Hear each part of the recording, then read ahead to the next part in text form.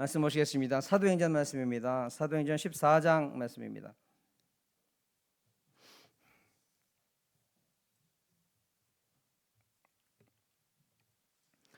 사도행전 14장 19절부터 23절 말씀입니다.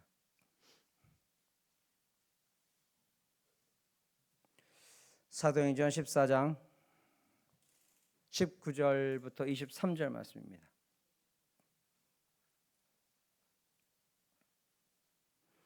사도행전 14장 19절부터 23절 말씀입니다.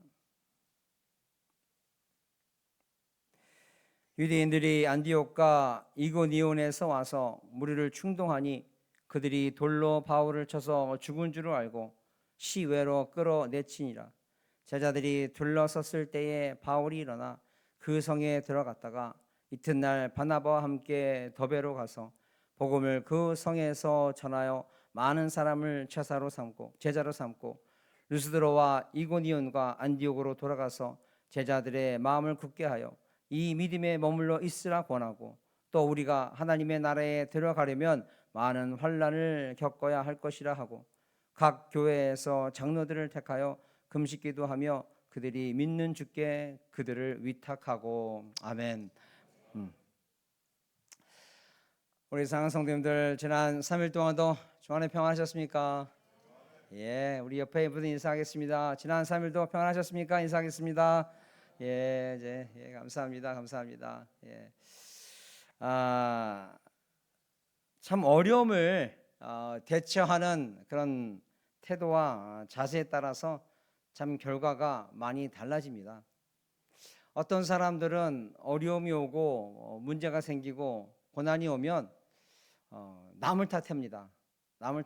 왜 나한테 이런 일이 왜 일어난 거야? 이거 어떤 사람 때문에 된 거야? 이런 어떤 상황 때문에 된 거야? 왜 내 인생은 맨날 되는 게 없지? 하면서 남을 탓하는 그런 모습 가운데서 고난을 대합니다. 그렇기 때문에 그 모든 고난을 통해서 얻어지는 게 아무것도 없고 오히려 그 고난을 통해서 무너지는 사람들도 종종 있습니다. 그런데 성경에는 자신의 목적하는 바를 이루기 위해서 어려움을 자천하는 사람들이 있습니다. 그 고난을 자천하는 사람들이 있습니다. 세상은 그 사람들을 가리켜 미련하다라고 말합니다. 참 미련하다. 그런데 그분들은 그 고난이 구원에 이르는 능력이라 말합니다. 그리고 그 고난에 동참할 수 있도록 인도하신 하나님과 예수님께 감사하고 또 그것을 기뻐합니다. 그것이 바로 십자가의 고난입니다. 자, 우리 사랑하는 성도님들은 지금 십자가의 고난을 지고 계십니까? 지고 계세요? 일부만 대답을 하세요. 우리는 반드시 이 십자가의 고난은 자천하에서 지는 고난이 돼야 합니다. 세상적인 고난은 내가 원치 않죠. 세상에서 고난을 원하는 사람은 한 사람도 없습니다. 그렇기 때문에 어떻게든 간에 피하려고 하고 또 어려움 없이 살기 위해서 노력을 하고 준비를 합니다. 그럼에도 불구하고 고난이 찾아옵니다. 질병이나 여러 가지 내가 예상하지 못했던 문제들이 생깁니다. 그런데 그런 것들은 어쩔 수 없다 치고 또 그런 고난을 피하기 위해서 사람들은 많이 노력을 합니다. 준비도 하고. 그런데 사실 성경에 보게 되면 너희들은 십자가의 고난을 자천해야 된다. 반드시 스스로 져야 된다. 누가 말해서가 아니라 너희들 스스로 져야 된다. 고린도후서 6장 4절에 이런 말씀이 있습니다. 오직 모든 일에 하나님의 일꾼으로 자천하여서 많이 견디는 것과 환난과 궁핍과 고난과 매맞음과 갇힘과 난동과 수고로움과 자지 못함과 먹지 못한 가운데서도 이런 말씀을 합니다. 이런 모든 고난, 참 말만 들어도 힘들죠. 환난이 있고 궁핍하고 고난이 있고 매맞고 갇히고 이런 모든 일에 너희들은 자천해야 된다. 왜냐? 너희들은 하나님의 일꾼이기 때문에. 하나님의 일꾼이기 때문에 너희들은 그 십자가를 져야 된다. 이렇게 말씀하세요. 그러니까 그런 이유로 많은 사람들이 십자가 지기 싫어해요. 십자가 지기 싫어해요. 예수님께서 걸어가셨던 그 길, 예수님께서 먼저 걸어가시고 우리에게 본이 되셔서 이제는 이렇게 걸어오는 거야. 너희들 따라올 수 있지? 너희들 따라오는 데 있어서 힘이 부족하고 너희의 힘으로서는 힘들기 때문에 내가 성령을 허락해 줄 테니까 성령의 능력으로 내가 걸어갔던 길을 따라와야 돼 라고 해서 먼저 본을 보여주셨는데, 우리가 그 본을 다 보고 나서도 아우 못하겠어요, 힘들어요, 예수님이 걸어가실 때 나는 못할 것 같아요. 그러면서 우리의 입에서는 주여 아바 아버지 구원 허락해 주세요 라고 말할 때가 있다는 거예요. 어찌됐든 우리가 그런 모든 고난이 있기 때문에 안 따라가려고 해요. 앉으려고 해요. 그리고 편하게 믿음 생활을 하려는 모습 많아요. 그런데 문제는 그렇게 십자가를 지지 않고 예수님께서 걸어가셨던 그 길, 또 예수님께서 명령하신 그 길을 걸어가지 않는 삶이 지금은 편해 보이고 지금은 여러 가지로 인해서 좋지만은 점점 하나님과의 관계가, 주님과의 관계가 멀어지기 시작하는 겁니다. 왜? 이유가 뭐냐? 누가복음 14장 27절에 누구든지 자기 십자가를 지고 나를 따르지 않는 자도 능히 내 제자가 되지 못한다라고 말씀하셨어요. 너가 내가 진 십자가 따라오지 않을 거야? 그럼 넌 내 제자가 아니야. 넌 제자가 아니야. 뿐만 아니라 마태복음 10장 38절에 또 자기 십자가를 지고 나를 따르지 않는 자도 내게 합당치가 않다. 나랑 관계가 없는 거야. 이렇게 말씀을 하신다는 거예요. 그러니까 지금은 우리가 십자가를 지지 않는 것에 대해서 뭐 하나님 바빠요, 뭐 여러 가지 핑계를 대면서 편하게 믿음 생활을 하기 위해서 그런 삶을 살지만은 결과적으로는 그런 삶이 쌓이면 쌓일수록 어때요? 우리 예수님과의 관계는 점점 멀어지는 거죠. 한번 여쭤볼게요. 나는 우리 예수님의 제자가 아니에요 라는 성도님들 한번 손 들어보세요. 난 예수님과의 관계가 없어요. 난 예수님의 제자가 아니에요. 난 예수님과 합당치가 않아요 라고 하는 분들 계십니까? 그러면 반대로 여쭤볼게요. 예수님의 제자들 손 들어보세요. 많이 계시네요. 예수님의 제자들 많이 계시네요. 근데 예수님의 제자들은 십자가 져야 된대요. 제 말이 아니라 말씀에 나와 있어요. 나는 예수님과 관계가 없어요. 합당치가 않아요. 그분과의 관계가 없어요. 다 예수님과의 관계가 있죠. 어떤 관계예요? 예수님은 우리의 맏아들이 되십니다. 아멘이죠? 근데 그 맏아들이 되는 은혜로 말미암아 우리가 가장 누리는 축복 중에 하나가 뭡니까? 하나님을 아버지라 불러요. 아이고 감사하죠. 그런데 십자가 지지 않으면 나랑 합당치 않대요. 합당치가 않대요. 이게 얼마나 두려운 말씀이에요. 우리 사랑하는 성도님들, 편한 믿음 생활이 좋은 게 아니에요. 편한 믿음 생활이 아니라 반드시 자기 십자가, 여기에 성도들마다 다 각기 다른 형편에 처해져 있어요. 조금 더 좀 편한 분도 있겠지만 정말 우리가 생각할 때는 야, 우리 권사님 어떻게 저렇게 믿음 생활하실지 대단하시다, 어떻게 저걸 이겨내시지? 라고 하는 분들도 계셔요. 그러나 그 다 자기 십자가가 있고 다 형편에 맞게끔 하나님께서 우리가 고난의 길을 허락해 주셨을 때 그 길을 성령님의 능력으로, 하나님의 은혜로 잘 이겨내셔서 반드시 생명의 면류관을 다 받는 우리 귀한 성도 되시기를 주님으로 축복합니다. 그렇게 되셔야 돼요. 자, 오늘 본문의 말씀을 보게 되면 바울이 이고니온이라고 하는 곳에서 복음을 전하는데 그들의 핍박이 보통이 아닙니다. 이게 뭐 보통이 아니에요. 심지어 성경에 보게 되면 이 바울을 돌로 쳐 죽이려고 달려듭니다. 그래서 어쩔 수 없이 이제 피합니다. 그 자리를 피해서 이고니온이라는 곳의 바로 밑에 루스드라라는 곳으로 피합니다. 루스드라라는 곳으로 피하는데 여기서 있었던 일들을 이제 성경에서 말씀을 해주시는데, 이곳에서 태어날 때부터 걷지를 못하는 그런 다리 불편한 사람들을 만나게 되고 여기서 그를 이렇게 세웁니다. 우리 8절부터 보게 되면 루스드라에 발을 쓰지 못하는 한 사람이 앉아 있는데 나면서 걷지 못하게 되어 걸어본 적이 없는 자라. 바울이 말하는 것을 듣거늘 바울이 주목하여 구원받을 만한 믿음이 그에게 있는 것을 보고 큰 소리로 이르되 네 발로 바로 일어서라 하니 그 사람이 일어나 걷는지라, 이렇게 말해요. 복음을 전하면서 이 이름은 나와 있지 않지만 날 때부터 다리를 쓰지 못하는 사람이 아마 바울을 예의주시했던 것 같습니다. 그리고 그 전하는 말씀에 조금씩 이 소망이 왔던 것 같아요. 그러니까 뭐라 말씀하세요? 구원을 얻을 만한 믿음이 그 안에 보이기 시작하는 거예요. 그리고 나서 사도 바울이 그를 고쳐줍니다. 그러니까 이제 난리가 난 겁니다. 난리가 났어요. 그러니까 성경에서 뭐라고 나옵니까? 이 2절을 보고 나서 바나바는 제우스라 하고 바울은 그 중에 말하는 자이므로 헤르메스라 하더라, 이렇게 말해요. 이게 완전 신으로 만드는 거죠. 신으로 만드는 거예요. 그러니까 그 두 사람을 보고 이거는 신이다라고 생각해서 제사를 지내려고 해요. 이제 거기 앞에서 신이십니다, 당신들은 신입니다라고 하면서 제사를 지내려고 해요.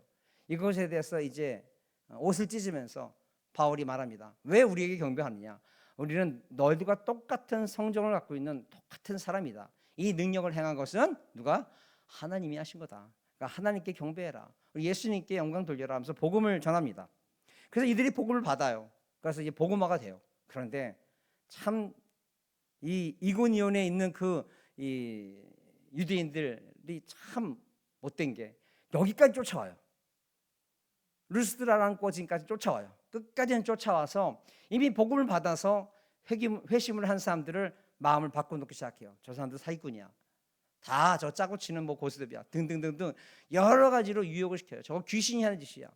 여러 가지 방법을 썼겠죠. 그리고 그들의 마음을 바꿔놔요. 바꿔놓고 나선 조금 전에만 해도 복음을 받아서 같이 은혜를 받았던 사람들이 이제는 바울과 바나바를 죽이려 해요. 특히 바울은 돌로 쳐서 죽입니다. 저는 사실 이 말씀에서 보게 되면 19절에 보게 되면 유대인들이 안디옥과 이고니온에서 와서 무리를 충동하니 그들로 돌로 바울을 쳐서 죽은 줄 알고 시외로 끌어내치니라, 이런 말씀이 있는데 저는 이 상황이 저는 죽었다고 생각해요. 숨을 쉬고 있었으면 사람들이 몰랐을까요? 누가 봐도 이 사람 죽었다. 유대인의 이런 죄인을 처치하는 방법이 돌로 치는 방법인데, 그게 우리 성도님들 예전에 누굽니까? 갑자기 텔레반들이 사람 죽이는 거 혹시 잠깐 나왔었어요. 잠깐 나왔었는데 이게 너무 잔인해서 유튜브에서 삭제됐는데 저는 그걸 봤거든요. 어떻게 되냐면 먼저 그 사람을 철 케이지, 감옥, 그러니까 글쎄요 한 요만한가 우리 성가대 성만한 그런 데다가 사람을 집어넣어요. 이걸 얘기해도 되나 모르겠습니다. 그냥 예를 들면 그렇다는 거예요. 그 사람을 넣고 거기다가 사람을 불을 질러요. 그냥 거기서 고통스러워서 막 이리 뛰고 저리 뛰고 해요. 끝내는 너무 뜨거워서 탁 주저앉아요. 그럼 그 위에 어때요? 어마어마한 바위를 던져버려요. 포클레닝에서. 그러니까 짓이기는 거예요. 이게 유대인들이 했던 이런 돌로 사람을 처단하는 방법. 이게 잠깐 유튜브에 나왔었어요. 잠깐. 근데 하도 잔인해서 유튜브에서 절단했어요. 나는 봤지롱. 그런 게 있었습니다. 그게 예전에 하는 방법이었어요. 지금 보면 죽은 줄로 알았다. 아니요. 아주 돌로 쳐서 아주 확인 사살까지 했을 거예요. 그런데 저는 보기엔 살아났다고 생각해요. 어쨌든 간에 하나님께서 바울을 다시 살리세요. 그런데 이 이후에 바울의 행동을 보면요, 정말 어떻게 저렇게 하실 수 있지라는 생각이 드는데 20절을 보게 되면 제자들이 둘러섰을 때에 바울이 일어나 그 성에 들어갔다가 이튿날 바나바와 함께 더베로 가서 복음을 그 성에서 전하여 많은 사람을 제자로 삼고 루스드라와 이고니온과 안디옥으로 돌아가서 22절 제자들의 마음을 굳게 하여 이 믿음에 머물러 있으라 권하고 또 우리가 하나님 나라에 들어가려면 많은 환난을 겪어야 할 것이라 하고 이렇게 말합니다. 이 말씀이 어떤 뜻인지 알죠? 바울은요 돌에 맞아서 죽었다고 판단될 정도로 만신창이가 된 몸이에요. 지금요 생각을 해보십시오. 요만한 돌을 던지겠습니까? 잡히는 대로 큰 돌이고 작은 돌이고 던졌을 거 아닙니까? 사람들이 저 사람 죽었다라고 생각할 정도로 이미 몸은 만신창이가 된 상태예요. 근데 다시 일어나자마자 그분이 한 일이 뭡니까? 자신을 죽이려고 했던, 예전에는 이고니온에서 돌에 맞을까 봐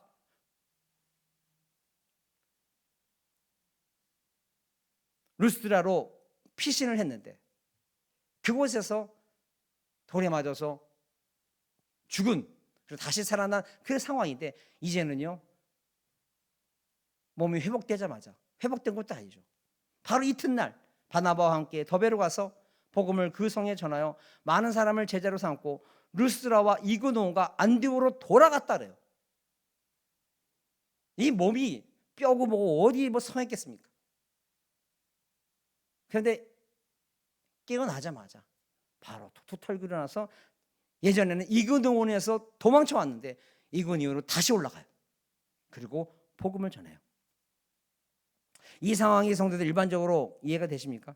살아난 것도 다행인데 몸을 추스려야 될 거 아닙니까? 아, 큰일 났다, 죽을 뻔했다. 몸을 사리고 겁을 냈을 텐데 사도 바울은 아니요. 오히려 더 강해져서 자기를 핍박하러 온 그 본고장으로 이고니오로 올라가요. 그리고 복음을 전해요. 이게 얼마나 사실 소름 끼치고 참 비장합니까?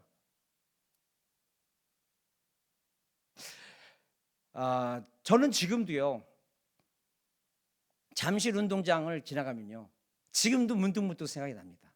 아마 잠실 운동장이 어디가 뭔 일이 있었나, 제가 한 4년 전인가요, 큰 사고를 거기서 겪었습니다. 아마 아시는 분들은 아실 거예요.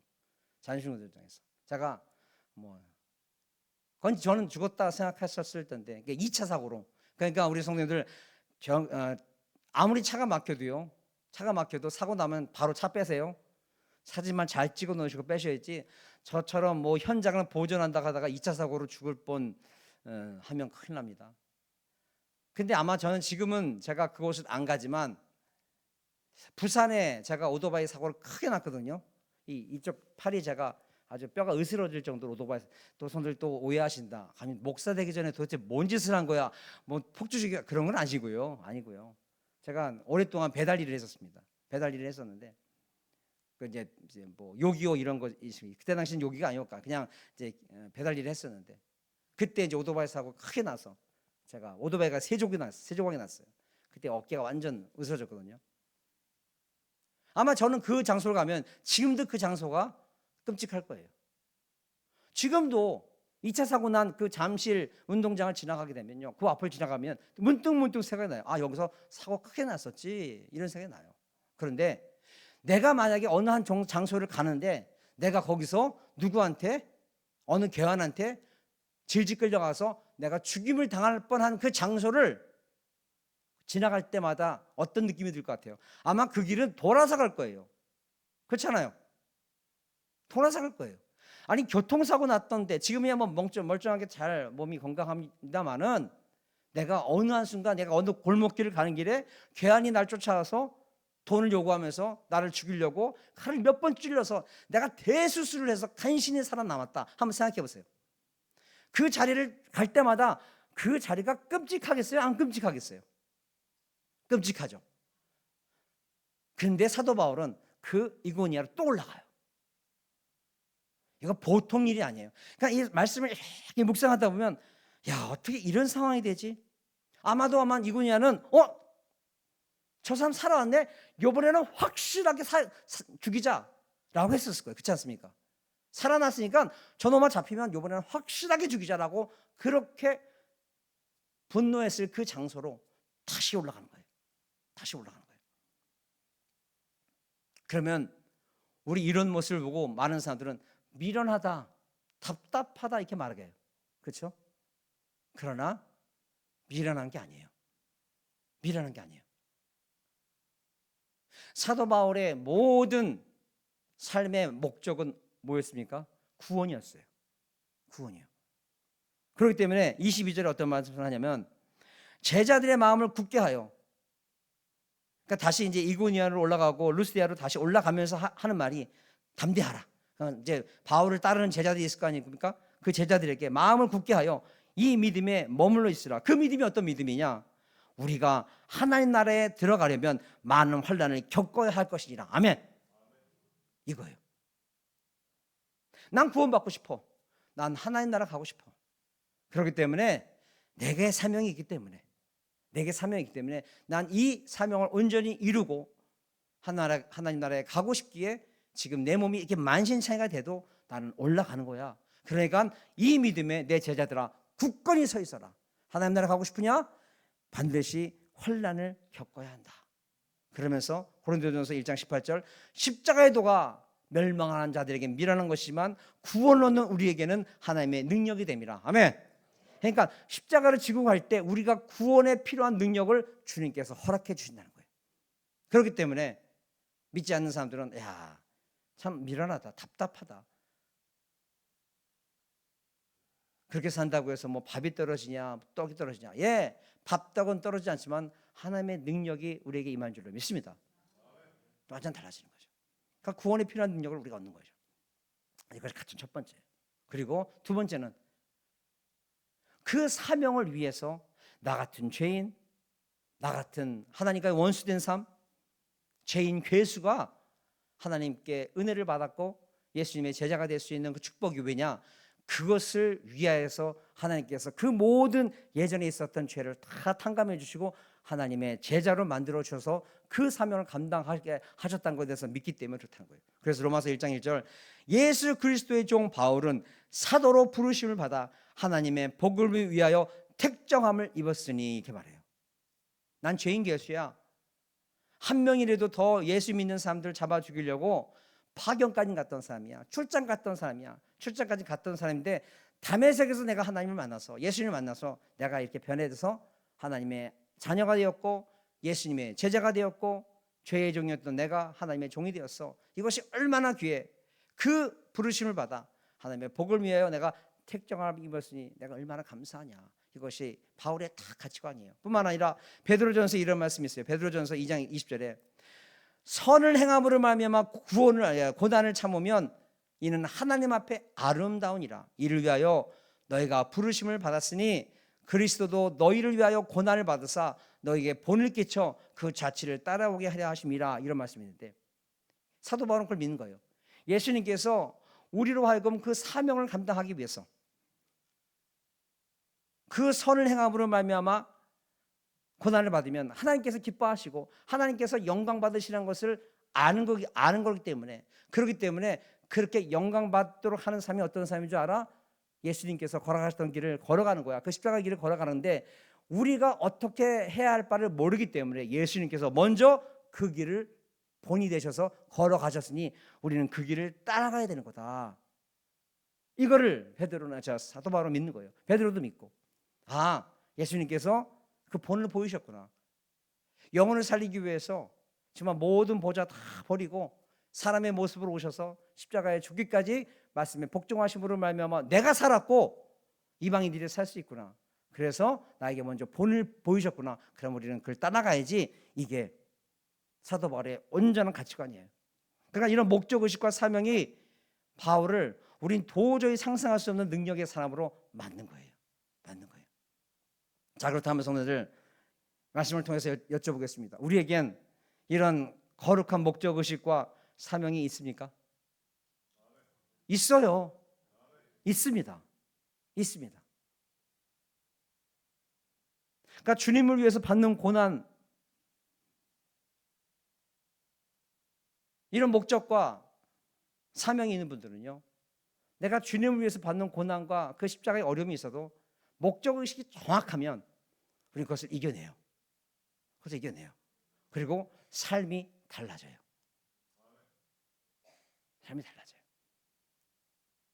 세상에서도 그렇고 직장에서도 그렇고 모든 삶에서도요, 목적의식이 정확한 분들은 내가 복음을 전하기 위해서 내가 이 자리에서 어떤 행동을 해야 되나, 어떤 말을 해야 되나, 어떤 가치관을 갖고 살아가야 되나, 이것이 명확해요.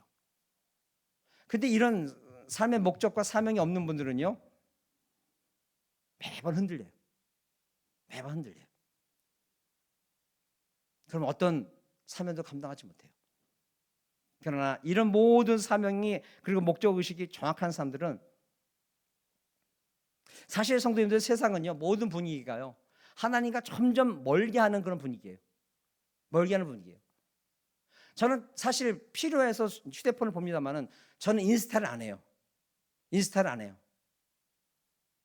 할 줄 몰라서가 아니라 안 하는 거예요. 인스타도 안 하고 안 해요. 그러면 인스타나 이런 걸 하면 뭐가 뭔지 아십니까? 카톡에서도 그래요. 카톡만 봐도, 우리 성도님들이 인스타 한 분들 없겠지만요, 인스타 하면 뭐가 많이 뜨냐면요, 다 자기 자랑이에요. 그렇죠?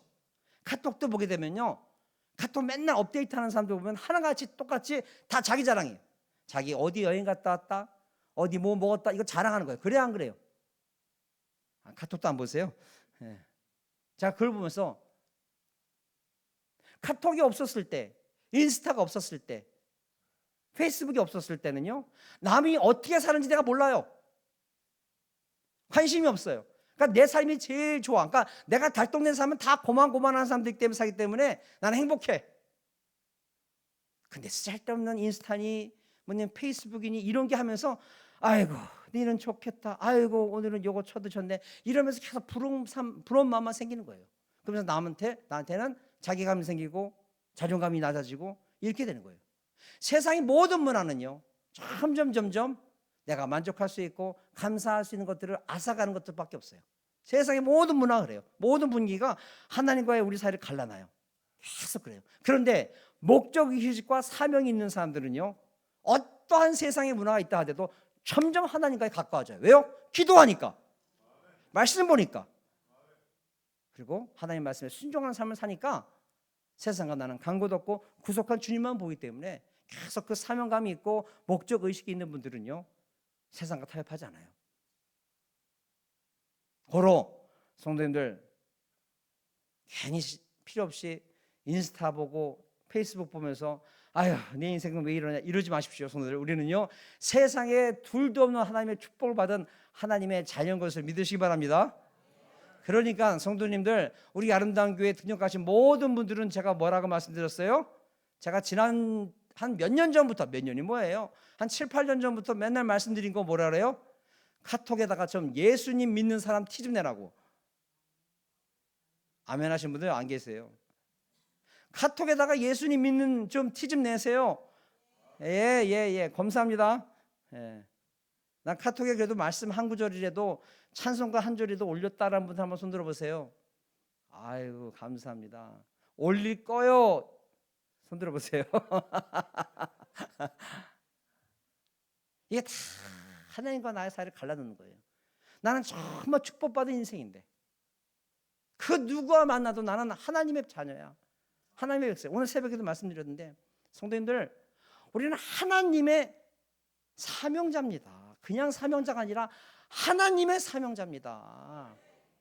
그래서 제가 자주 드렸던 비유이긴 하지만, 어렸을 때 선생님이 야 교탁 하나 빨아와라, 이것도 너무너무 기뻤어요.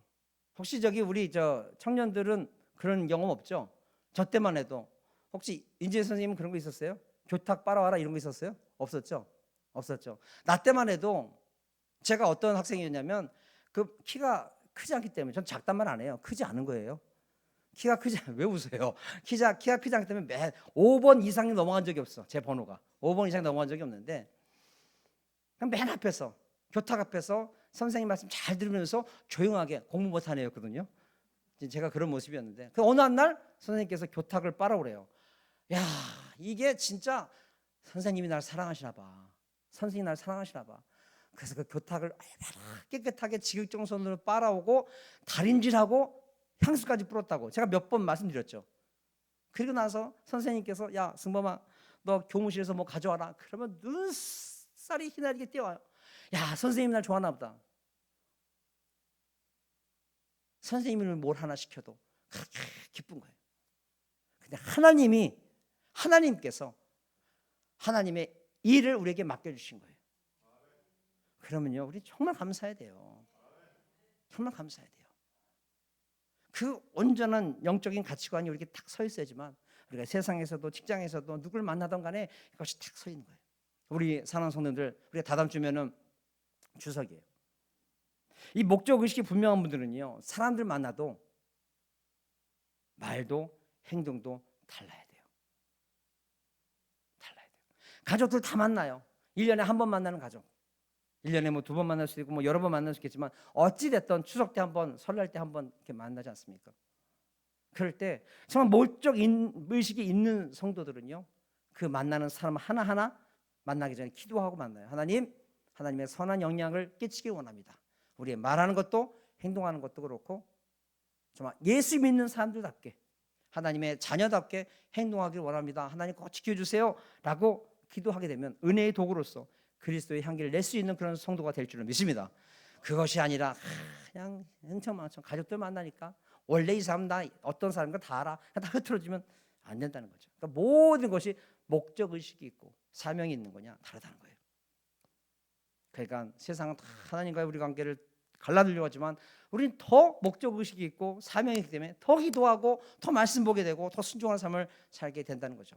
그렇기 때문에 이런 목적의식이 같은 성도들이 모여서 시너지 역할을 할 수 있도록 만든 곳이 바로 교회예요. 교회야. 그러니까 이런 우리 귀한 성도님들이 사명의 목적이 같은 성도들끼리 합력하여서 선을 이룰 수 있는 것. 그래서 로마서 8장 28절에 그의 뜻대로 부르심을 입은 자들에게는 모든 것이 합력하여 선을 이루느니라. 아멘. 그러니까 목적의식이 같으면 모든 공동체는 뭉치게 돼 있어요. 심지어 맨날 서로 죽이고 서로 비방하던 그 유대인들의 지도부도 어떻게 해요? 예수님 죽이려고 마음이 모아지잖아요.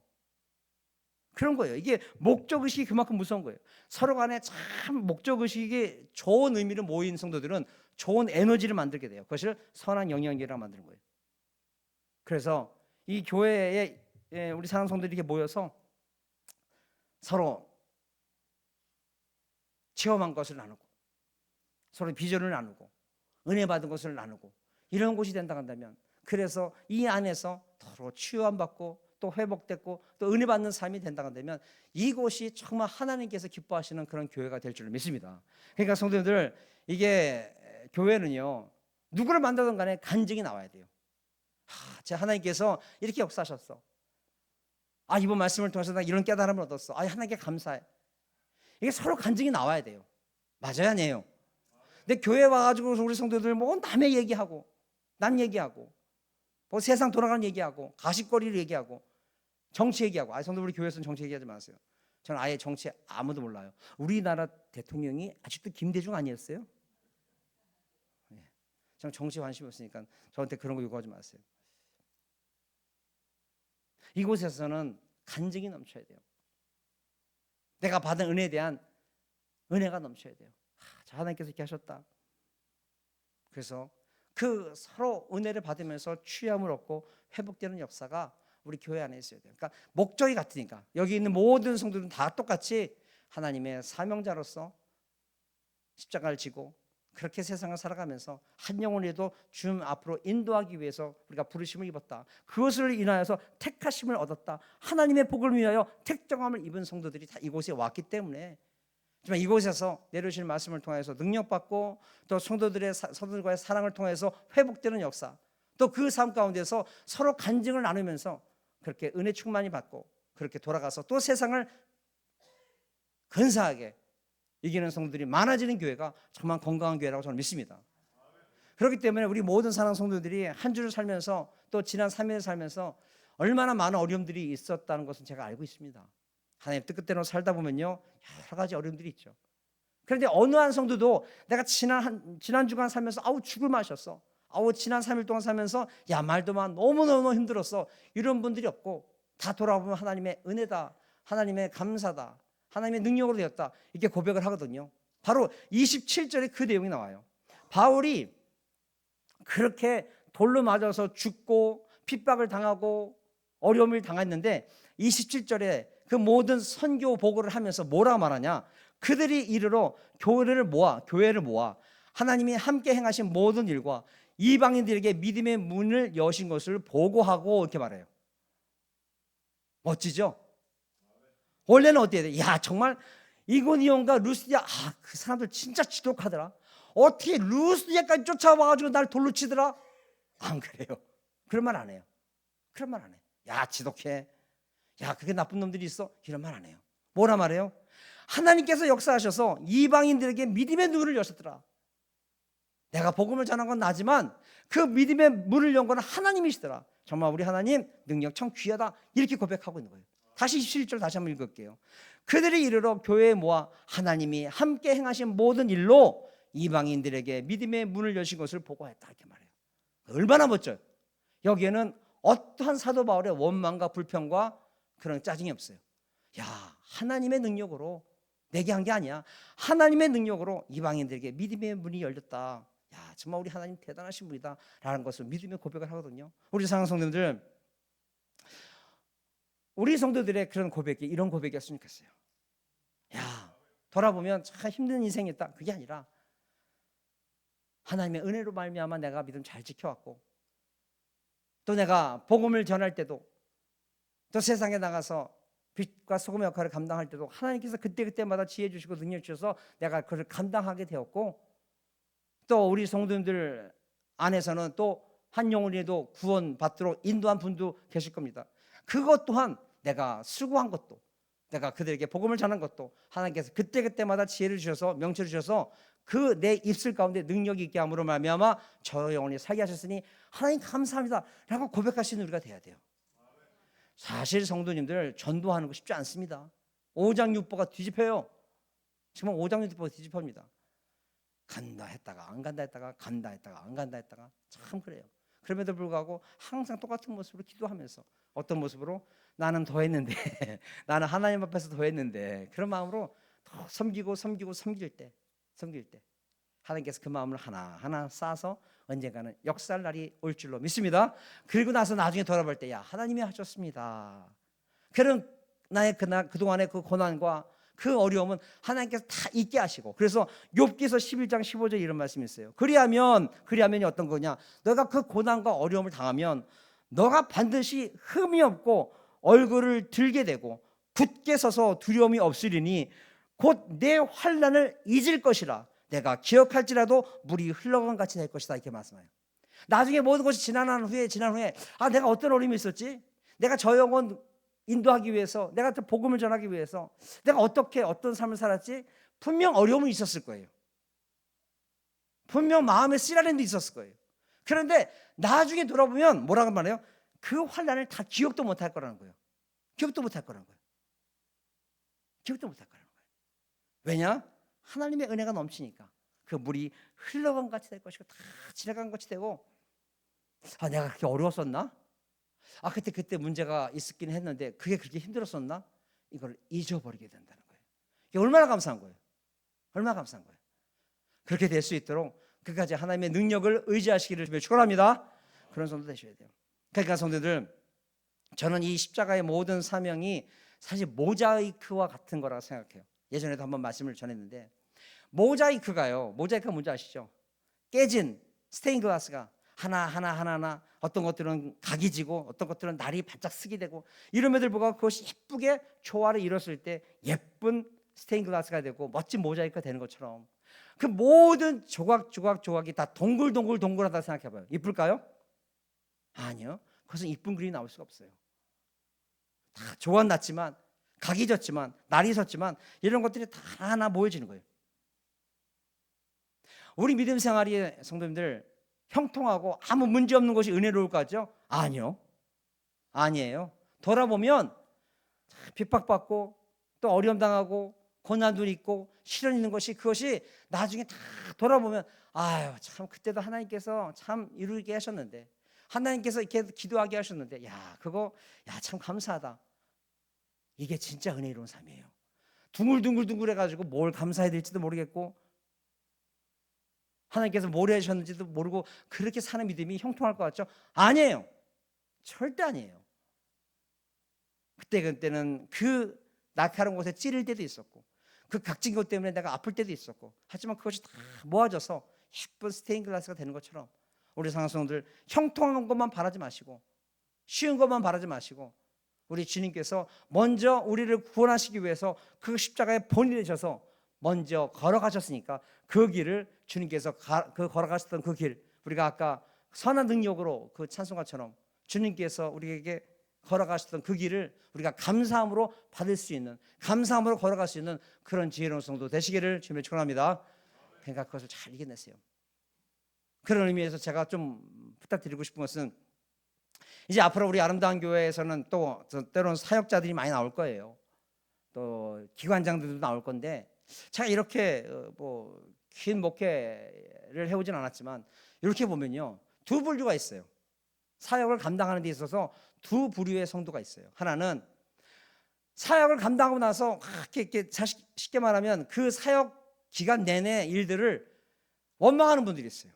내가 그 어느 시사 때문에 너무너무 힘들었고 정말 성도들이 날 도와주지 않아서 너무 힘들었고 이렇게 말한 분이 있는 반면에 아유 그래도 하나님 은혜 가운데서 참 감사했다. 그래도 하나님께서 이 부족한 나를 잘 들어주셔서 참 하나님 은혜 가운데 쓰임 받아서 너무 감사하고 행여나 내가 그 기관에 누가 되지 않았을까 참 부끄럽지만 어찌됐든 참 감사하며 기쁜 시간이었다라고 말하는 분들이 있어요. 하나님께서 어떤 모습을 좋아할까요? 전자예요, 후자예요? 당연히 후자죠. 당연히 후자죠. 우리 성도님들 이제 기관장들도 있고 여러 가지 사역자도 있을 거예요.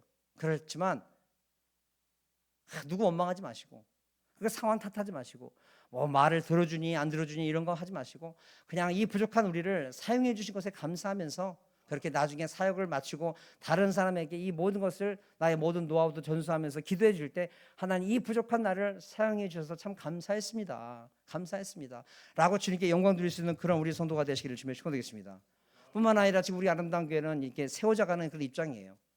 세워져가는 입장인데 이 아름다운 교회가 앞으로 하나님의 은혜 가운데서 어떻게 성장될지는 우리는 모릅니다. 그러나 어찌됐든 간에 나중에 우리가 이 지금의 모든 이 시작의 단계를 돌아보면서 참 이 모든 것이 하나님의 은혜로 잘 이겨왔다. 하나님께서 그때마다 이길 수 있는 은혜를 주셨다.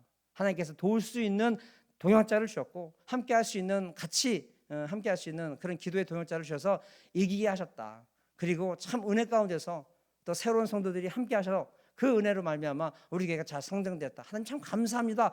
라고 그 지난 날을 돌아보면서 주님께 영광 돌릴 수 있는 그런 성도들이 되시기를 주면 축원드리겠습니다. 우리 그렇게 될 줄 믿습니다. 성도들 오늘 말씀을 통해서 참 우리 사도 바울과 이 바나바를 보면서 야 저렇게 어떻게 저렇게 살 수 있었을까? 그것은 단 하나 부르심에 합당한 삶을 살자. 은혜를 헛되이 받지 말자. 이렇게 부족한 우리를 불러주셔서 하나님을 아버지라 부를 수 있고 예수님과 형제가 될 수 있는 그 축복을 왜 주셨느냐? 그 은혜를 주었기 때문에 이제는 우리가 주님께서 걸어가셨던 길을 본삼아 이제 그 길을 걸어가겠구나. 그 부르심에 우리가 합당하게 살아야겠구나라고 결단하면서 그렇게 승리할 수 있는 삶을 살아가는 우리 성도가 되셔서 꼭 반드시 주님 나라 가기 전까지 한 영혼이라도 살리고 하나님께로 돌아갈 수 있는 성도가 되시기를 주님의 축원드리겠습니다. 그러니까 한 사람만 아니요. 많이 살리면 많은 열매를 맺을수록 하나님께서 기뻐하신다 하셨어요. 그러니까 그 많은 열매를 맺어서 참 우리가 하나님의 부르심에 합당한 삶 또 주님께서 은혜 주신 것이 헛되이 되지 않도록 은혜 받은 것이 헛되이 되지 않도록 전심을 다할 수 있는 우리 귀한 성도 다 되시기 바라면서 이 말씀을 전하겠습니다.